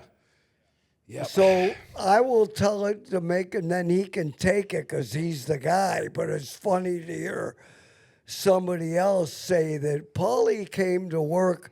We have to take an elevator from where the cars are parked. And Pauly might, did you know your shit? Did I know I should? Oh yeah. It was hard to miss. Oh yeah. Wait, this is coming from a guy who sometimes shits and doesn't know he shits. So. So you're pretty good shit, right? Yeah. I wobbled my whole way. I get to the elevator, and I hit 16. I had to go up to 16, and I'm clenching. But now, wasn't a thing where from the garage to the Yes. lobby, then lobby to Yeah. studio? Yeah. So there was 2 separate elevators. Oh, yes. I thought it was. Wait, what? Okay, was it in that first elevator? It was in the very first elevator, but just knowing that I had to get up to 16, I get in that first elevator. I think at that point you only had to go up 2 floors, but just Okay. Yeah. the doors close and you just hear ding, and then it's just forever till ding, and I'm like, I can't do Slowest this. elevator. And then it was just like, it just happened. It just happened. Pauly, that's the slowest elevator in the world, was. as you recall. Yeah. Oh, Takes a year. so it happened in that elevator. Yeah. And then Yeah. you got out. So then I have a plan. I'm like, it's 3:15 or it's 3 a.m. or whatever. I go, there is nobody here until 4:30. I can get home, shower, get all these cleaning supplies, get back to this elevator, clean this up. Nobody is ever going to know this happened. So you like shit all over the elevator. All over the elevator. Drove all the way back to Culver and University, which was where my apartment was, and then I showered and then got all the way back to work thinking I was going to beat everybody. But the day before, wouldn't you know it, radio had some layoffs. No. And they had laid off Chet's co-host, Beth. So Chet was in a panic that morning because it was his first day doing a solo show. So he decided to get to work early. And man, was that the wrong day to get to work early. He stepped right into that elevator. Odds? What are the odds? While you're that cleaning? became. No, before. before he got back. Yeah, It's before I- bad enough. It's bad enough that Pauly had a shit in the elevator, but the greatest thing happened next. Pauly, tell him. Chet gets there, steps in. I see Shit. footsteps. Also, at this time, the doors are open. So I know that I've been found out. I know that I'm busted. The security guard, I hear the keys clanging. He comes around the corner. He starts apologizing to me because some homeless guy has shit in the elevator. And I'm like, well, actually, let me just tell you what happened here. And I tell him what happened, and what he said was remarkable because he could have said so many things, but instead he just looked at me and he goes, why? I said, I don't know why. Oh my it just God. happened. Irritable bowel syndrome, I guess. I don't know. So I told him, don't worry. I'm going to clean it up. And finally, I go upstairs. I get no show prep done. I'll get to the Chet thing in 2 seconds, but I Wait, go. I have your to ask time. a question. When you did you have the cleaning supplies in your hand? Yes, when the I had a guy, whole bucket, a mop. Yeah, but after the maintenance guy, did you just like let him take care of it, or did No. you actually then clean it all up? I cleaned it all up. Okay. Yeah, so it took a long time. Yeah. So I basically barely made it up to your studio in time at 5:30 maybe. I mean, I had no prep. You know, I was pulling audio, pulling stories, and instead I just didn't have anything. And a couple anecdotes. So one was when you showed up, I had to tell you, I am so sorry, Wease, I don't have any prep. And you're like, what the fuck, bro? And I'm like, okay, here's what happened. I shit my pants. By the way, Chet might have stepped in it. I got to go check on this. And you just looked at me. Your eyes are wide, your mouth, you're smiling, and you're just like, we don't need prep today, bro. That's the whole show. That's the whole show. You're like, we're fine with that prep. Doesn't matter. So then I'm like, okay, I need to go. By this time, I've caught wind that Chet stepped in it and that he's upset. So I'm like, let me go down to Wham and apologize. And they stop me and they tell me, no, he's not ready to see you. don't.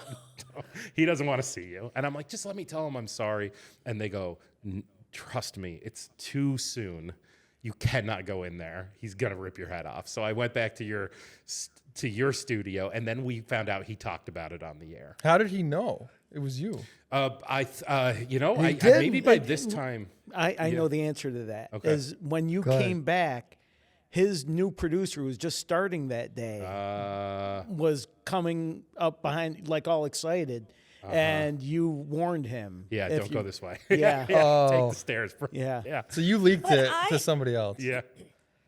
But I thought the audio that that you guys played multiple times on the show of him telling it on his show, he didn't know it was you at the. Right, I thought he he was didn't. like somebody. Remember Yeah. remember that audio Oh, yeah, you he played did many Yes. times. know in that original audio. Well, he's telling the story of the moment. So what he's telling is Right. that in the moment he stepped on the elevator, and the way he says it, he says, I took a smell, and he had broadcaster voice, right? And he's like, I smelled, and it smelled like a bathroom in there. And then I looked down, and I said, somebody has defecated in the elevator. In the elevator.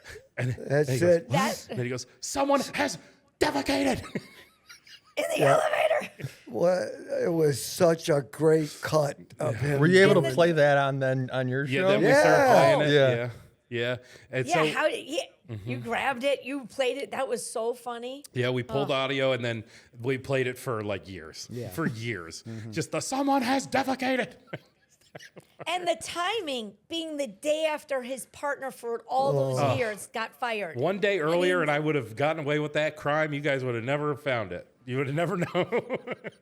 But not only that, like he was already gonna have a shitty day. And Yeah. he just made it shittier. yes, quite literally, yes, absolutely. It would go down, and people still mention it to me. But you know what was great about it was I've had so many people come up to me over the years and say, I got a good story about shit in my pants, bro. Like, so many people have said it to me.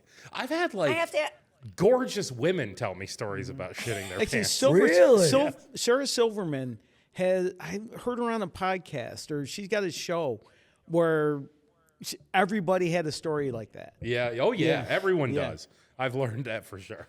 Yeah. If someone says they don't, they're lying. So you have to say that would be, if you wore tighty whities, that wouldn't have happened then, right? It would have all stayed in the pants. Well, right? I was also, I was wearing shorts and like boxers or no something. undies. Oh. Yeah, okay. no, I was thought you just, were it wearing was- no undies. I mean, everything got out. Because you always wore those big basketball shorts. Yeah, exactly. Yeah. Yep. Everything. It was easy exit. Easy. Fast. Easy exit. Well, Pauly, was it summer? It was summer enough for shorts, but for me, shorts are like April through November. So I was gonna say, But- Pauly wore shorts all the time. yeah, But you yeah. wore flip flops a lot. Yeah, but again, that doesn't necessarily mean it was summer because I only really dress warm for like maybe January, February. That's about it. Yeah. It's great Oh, though. man. That's one of my. I mean, that is one of my favorite stories. Just having all those years to entertain. But but I know you want to wrap up soon. So I just want to tell you, just the years and years of being part of your guys' world, it was just so special. Like just the last few days, knowing that I was going to come here and record this today, my heart has been so full and happy. You're embarrassing No, me. Knowing he's this. right. I've been excited about this for a long time. Yeah. Well, we're gonna do more, but listen, Yeah, we're gonna have to have a redo. that I am so proud.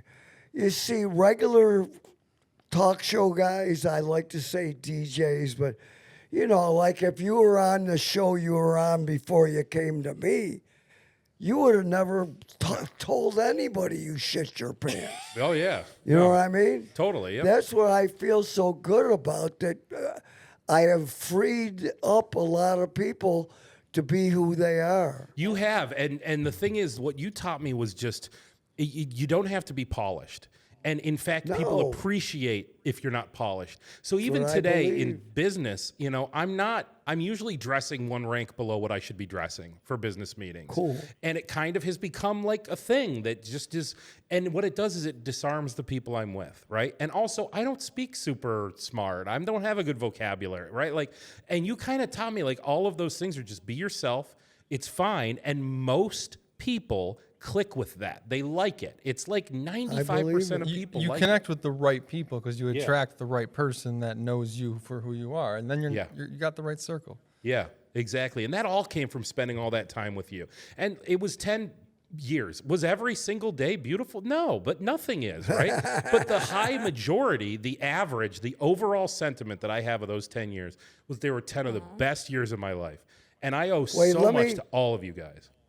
Shut up. I loved But when you came here to Florida and we had dinner next door. That was a beautiful we're night. going for there me. tonight. Remember Are when you? you came here? Did you tell Doreen what what I said? So I have a question for you that I think I have to ask you. You actually texted me like 2 weeks ago and you said, "Would you like to be a guest on the show tonight?" And I was like, I am so honored, but I have my son's basketball practice. I can't do it. And then I said to you, I go, I will fly to Fort Lauderdale for 24 hours. Like, I'll just fly in. We'll do the podcast. I'll take you out to dinner. I'll get a hotel, and then I'll just leave the next morning. I would do that in a heartbeat, just with a couple days' notice, right? And then the next day I was listening to your podcast, and you were talking about wanting Pauly Castronova to come on. And I was like, oh, he thinks he was texting Pauly Castronova. That wasn't meant No, for me. it'd be ridiculous. No. It was meant for me? Don't be- Okay. It was No. meant for you. I don't think we were even Ridiculous. trying to have Pauly on. You were. No, what You am I weren't. gonna do with Pauly? It was you, Pauly. I don't Oh, know okay, where all right. you got that. No, it was you. I But- remember because he told me about the basketball and stuff. If you come here, you don't need a hotel. But you can't. Airfare is a fortune these days. It is. I get No, points now, luckily. it's But I mean, ridiculous. but Yeah. the problem with staying with you guys is the wrong one of you walks around naked. So it's not quite.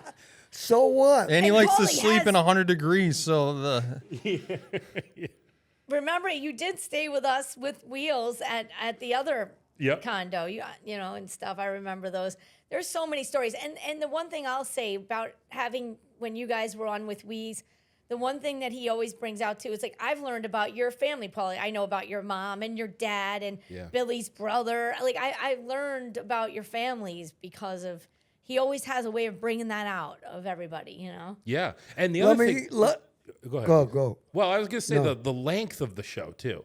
Like, there's other shows I listen to the NPR station here in Rochester, and they do 2 hours a day, and I like it. I'm a fan. Like, I don't want to shit talk it, but they talk sometimes. They're so proud of themselves that they do 10 hours a week. They're like, man, it's daunting to do 10 hours a week. It did 10 hours in 2 days. Dude, we had 10 hours in by Tuesday. Yeah. A lot of times. There was a while where your show was 5 hours and we went past 11 o'clock. So it was like 5 hours and 15 minutes. And I mean, the amount of time that we did, I mean, you carried it. I don't want to say we, but really we. The amount of radio that we did together, it's incredible how much time we did.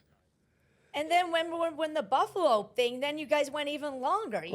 Were you with me when I was That was doing before Buffalo? me. That was before him, and like the other and joint. that was in between. That was after I got let go from CMF and before we went to iHeart. Yeah. Oh, you weren't even there, No, Billy? that was I forget who your Lumpy and. But in the meantime, Billy, before I talk about how you can get high legally and in a great place, who would you say, Billy, was your favorite guest in studio? Mine's got to be Bare Naked Ladies. They were and still are one of my very favorite bands. And when we had them in the studio, they were my favorite band in the whole wide world.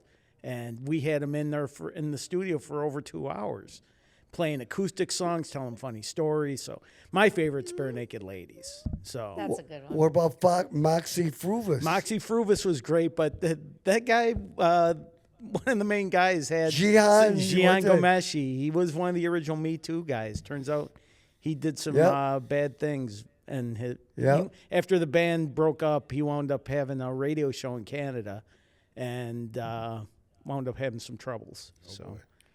Wait, what about the keg on my coffin guy? Yeah, Chris Trapper's great. There's a lot of musicians, a lot of comedians. Carole King for me. Carole King was great. Yeah. Oh, that big. She's a legend. Yeah. So when you meet someone that big, for sure. What about Paul? Are you there for Charlie? Why am I blowing his Bronx Tale? Oh, yeah. Chaz Palminteri. Yep. Was there for that one. That was awesome. guy. Because I'm a foodie, Ben Cohen of Ben and Jerry's. That was really cool, too. Ah. That was awesome. That's the Doreen That's Doreen's favorite Oh. right now, Ben and Jerry's. Yeah, my freeze is normally full of Ben and Jerry's. I have multiple pints at a time. She stalks the sales. She has like an alert wherever there's a buy one get one free. right. She goes Yeah. to the Target, the Publix. She travels Yep. for where the buy one get one is. Whoever so has cheap. Ben and Jerry's buy one get one free, that's where I'm going. And I have to go get 4 of them. Yeah. Every if he comes time. home with less than 4, I get mad. So here's the deal, kids. If you like getting a buzz, Cannabis Corner, it's right over there on the corner of Something and Clifford, right next to Savoya Bakery. And it's phenomenal. Go in there. It's like Doreen calls it a jewelry store. Looks like a jewelry. It looks like a fancy jewelry store when you go in there, and there's so many things to choose from, and they'll help you find what would be something that makes you sleep better or not sleep good. From gummies to vape to herb to buds. I can't think of what else. Maybe Jake knows. But it's beautiful, legal, and a great joint. Cannabis Corner, and that's the name of that tune. And this episode is brought to us by Clark Peshkin. Not only are they divorce and family law, but they are the leaders in estate planning. Go to one of their free workshops. I have more questions for you douchebags. And I have one more. Can I mention one more thing because the ad just reminded me of it? Please. Is that when you were inducted into the Rochester Music Hall of Fame, a couple years ago, you called me, and at the time I was doing that favorite musician of the day. I was writing a thing on Facebook every day. And you go, bruh, can you do something like that where you write something that good for me, and then you can do the induction, be the guy that inducts me? And that shocked me. I was honored. I hadn't seen you in forever. We talk every once in a while, but we haven't seen each other in forever. But Right. you wanted me to be the guy to induct you. It wound up not happening because of the way they do Politics. things there now. Morgan got involved and said no. Yeah, put something like that. But I still remember what my first line was going to be is that Wease and I have had a partnership for almost 30 years now. How we became friends is something that's all due to music, 100% due to music, because cool. I don't drink. I've never done a drug. There's a 95% chance that Wease is drunk and high right now. That was a good one. And how that music is what made us partners, friends, lifelong That's commitment. nice. Wease, you're such That an would've innovator, you know, like the things that I think back on and I go, geez, you know, like I think about what are the things I was just so wrong about. You had this instinct, BJ was bringing it up about when to change the subject, about forward momentum, you know? And look, do you get everyone right? No, nobody gets everything right? But you usually were right. You usually were right about like change it, move it, forward momentum. I do that now in my like business life where it's just forward momentum. And that came from you as well. But in radio specifically, also as radio was dying, because you said it for that last whole decade I was with you. You would always say radio's dying. You were really brilliantly keying in on the TSL, the time spent listening, because you knew your listeners were with you. These were your people. And you were going to serve your people with your content, your people. You were there for each other. And management, and unfortunately, I bought into it a lot, but management was all about cume, which is like the other thing, which is the total getting more people. Mainstream. And I was hook, line, and sinker. I was with them. Like I believed them. Yep, if we can add the cume and the TSL, then it'll be the best thing ever. But you were right. You were ahead. Look what podcasts have done and look what radio has done. You were doing a podcast decades before anyone was doing a podcast. Well, that whole thing, Doreen doesn't know this, that cume. Somebody could tune in for 30 seconds and you get credit. It's the same. It's But the same. we were always the leader by miles in time spent listening. Yep, I remember. Jennifer would tell me that your numbers for TSL, time spent listening, were off the charts. Which is why you were so easy to sell, because you could go anywhere and you had the dedicated listener. Listeners were dedicated to you and they were going to buy the thing that you were selling. And I remember going with Ray Noon one time to that, not Hooters, but there was like an Irish version of Hooters where they were wearing like... That was Colicchio's joint. Okay, Colicchio. So Ray... it was Knockers. No, it's sort of like kilts or something like that. Yeah. Tilted? Knockers. Oh, maybe. Knockers was... Okay, all right. Well, Wait. Let me... They did open, because Hooters, Knockers, because those are tits too, and that was where at the corner of Clover and Monroe. Okay. So maybe you're talking about a different joint. I think it was different. It was on Jefferson Road. It was in Henrietta. And I went with Ray. I think he was pitching maybe... I don't remember why I went. He was pitching the Wease show in general. And we went for the second meeting. And the guy told Ray that he was going to go with WCMF, that he was going to advertise with CMF instead of us. And I remember Ray being so good and professional, and even learning this from Ray to this day. Well, he's good. He says, okay, I understand. He says, can you just help me understand I would like to get better at my job? Why would that be? And I remember that the guy told him, he says, well, they came in here and they showed ratings. And Ray responded to him and said, ratings, schmatings. We can walk over to your bar right now and name everybody on the WCMF morning show, and nobody's heard of any of them. Ask anybody you come in contact with in this city if they know Brother Wease. It's a 100% yes. And that place went out of business. By the way, I'm afraid to tell you the place I think it is, because... Well, it doesn't matter. He's a nice guy that, I don't know. Anyway, we'll be back with these guys Let's see how coming much up. they remember. How to. We're gonna do a follow up, but when we end the show, let's see if they remember. They piece of remember. cake. Yeah. Maybe Billy invented it for all I know. No, you were doing it way before I ever showed up. We're getting out of here. It's nice to be important, bitch. It's more important to be nice. Yeah!